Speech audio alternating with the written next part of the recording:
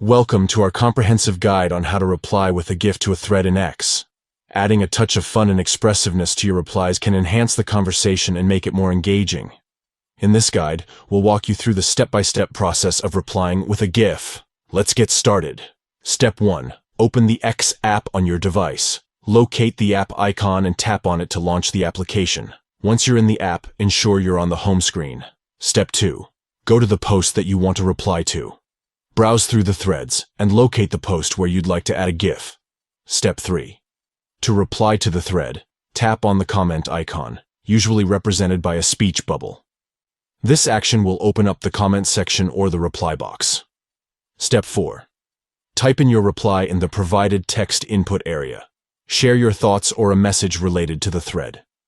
Once you've composed your text reply, it's time to add a GIF. Step 5. Tap on the GIF icon located in the input bar.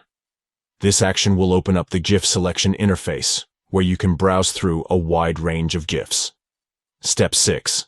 Select the GIF that best represents your reply. You can search for specific keywords or explore various categories to find the perfect GIF. Step 7.